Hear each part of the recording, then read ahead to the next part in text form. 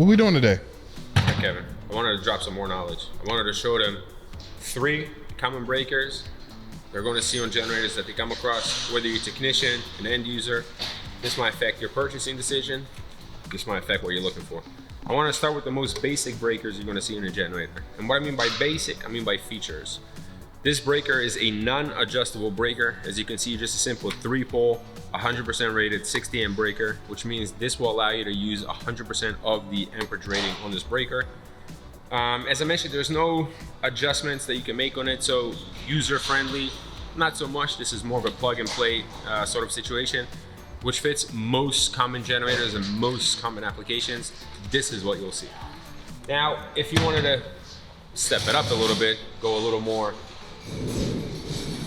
how should we call it? A little more complicated, if you want to go a little more advanced, or if your facility or equipment have different needs that requires these are called LSI breakers. And what LSI stands for is long, short, and instantaneous. And what these little blue knobs here, if I can lift this thing up, what these blue knobs allow you to do is adjust your long trip, instantaneous trip, and short trip. Long trip, short trip, and instantaneous in that order, LSI. And that all has to do with, we're actually going to do a whole video of it. I think that we should do a video of it. Generally, what it does is allows you to set the different rating where the breaker trips, the different ratings for different equipment to trip it, long instance, short, instantaneous, all this complicated stuff. Third type of breaker that you're going to see, which is actually very similar to this breaker, which has the adjusting capabilities, but also, as you can notice, has 2 wires coming out of it. And what we call this a shunt trip breaker. Now, what a shunt trip breaker is it will have these 2 wires going to your common fault board on your generator. And whatever common faults you have running through that boards that then are set up as your alarms will trip this breaker. So normally, where this breaker may trip due to very few reasons without having a shunt trip on it, it might trip typically to overcurrent or to under voltage, over voltage, just major things.